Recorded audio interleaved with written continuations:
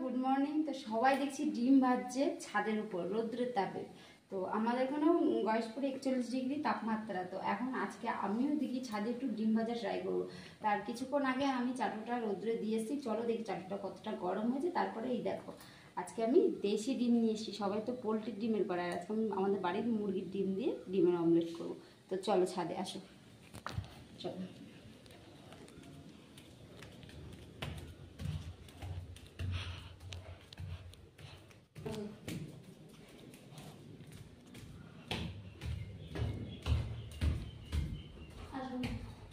এই হচ্ছে আমাদের, আর এই দেখো চাটুটা, এই যে দেখো আমি অনেকক্ষণ আগে এখানে রোদ্রে দিয়ে গেছি। নিচের দিকে দেখাও, এই যে চাটুটা। এখন আমি ডিমের অমলেট করবো।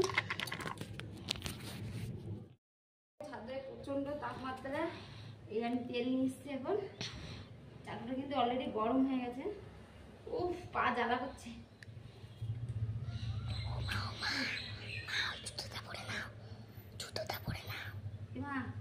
ক্যামেরাটা বন্ধ করে। ঘুমটিটা আনতে ভুলে গেছিলাম, নিয়েছি। এই তেল দিয়েছি, তেলটা দিয়ে তো এই যে আমি ডিমটা দিলাম।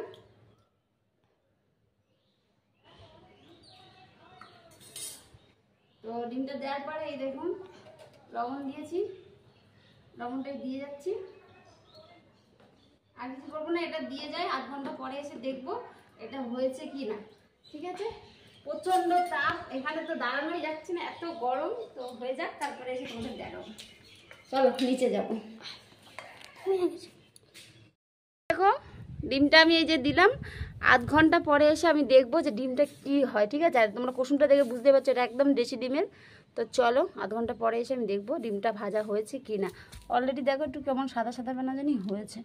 ঠিক আছে, চলো দেখি। তো হ্যালো বন্ধুরা, তো তোমাদেরকে তো আমি বললামই যে ডিমের ওটা অমলেট করতে বসিয়েছি, তোমাদেরকে দেখালাম। তো সত্যি ওটা বসিয়েছি। সবাই হয়তো অনেকেই এই ভিডিওটা করছে, যার জন্য আমি করেছি তোমাদেরকে দেখানোর জন্য যে এটা সত্যি কি বাস্তবে হয় না আদেও না ফলস। অনেকেই তো কমেন্টে দেখেছি যে সবাই বলে ফলস, এগুলো ফলস করে, কিন্তু সেই জন্যই আজকে আমি ট্রাই করছি। এটা ফলস না সত্যিকার, কিন্তু বিশ্বাস করে এটা একদমই সত্যিকার, কোনো ফলস বলে কিছু না। সত্যিই যে এই যে 40-41 ডিগ্রি তাপমাত্রা, এতে ডিমের অমলেট হতে বাধ্য। আমি তোমাদেরকে আমার ফোনে ব্যাক ক্যামেরায় দেখাচ্ছি। আমি এই দেখো আমাদের ঠাকুরঘরটায় বসে আছি আর এই ছাদে, যাতে ডিমটা কাগে না মুখ দেয়। আজকে 11টার সময় বসিয়েছি সকাল, এখনও 12টা বাজেনি। আমি 1 ঘন্টার কাছাকাছি বসে আছি। তোমাদেরকে আমি দেখাচ্ছি ভিডিওতে, দেখো ডিমটা এখন কেমন অবস্থায় আছে। তো এই দেখো বন্ধুরা, তোমাদেরকে আমি দেখাই, দেখো ডিমটা এখন কেমন অবস্থায় আছে। তো এই দেখো তোমরা দেখেই বুঝতে পারছো ডিমটা অলরেডি ভাজার মতো প্রায় হয়ে গেছে। তো আরেকটু ভাজা টাইপের হোক, তারপরে আমি তোমাদেরকে ডিমটা উল্টে দেখাবো যে ডিমটা কতটা সুন্দর। আর তোমরা দেখো তাপমাত্রায় বুঝতেই পারছো কি সুন্দরভাবে ডিমটা মানে আস্তে আস্তে ভাজা হচ্ছে, মামলেট হচ্ছে। আর ডিমটা দেখো কুসুমটা দেখলে কি সুন্দর, কি বলবো। সত্যি বাস্তবে একদম যে রৌদ্রের তাপে ডিমের মামলেট দেখো। তো চলো ডিমটা একটু হোক, তারপরে তোমাদেরকে উল্টে আমি দেখাবো যে ডিমটা কতটা সুন্দর উঠছে কিনা। বন্ধুরা এই যে আমি সারাশি আর কম্পিউটার নিয়ে চলে এসেছি। তো আসো মাম্মা এখানে আসো, ডিমটার দিকে দেখাও। তো দেখো ডিমটা কতটা সুন্দর ছাড়া হচ্ছে। তো এদিকে সরো। এই দেখো ডিমটা কত সুন্দর ভাজা হয়েছে। দেখো এই দেখো, এই দেখো, ওয়াও কি সুন্দর উল্টে যাচ্ছে। দেখো তোমাদেরকে দেখাই, দেখো এই দেখো উল্টে গেছে ডিমটা, কতটা সুন্দর ভাজা হয়েছে দেখেছো। তো সত্যিই ডিমের অমলেট করা যায়, সূর্যের এত তাপ। এই দেখো, তো এটা কে খাবে? তো আমি, আমাদের ঈশানী খাবে। তো চলো আমি নিয়ে ঘরে চলে যাই। চলো ফোনটা নিচ্ছি। বন্ধ করে দেবো। কি বন্ধ করে দেবো? ভিডিওটা বন্ধ করবো।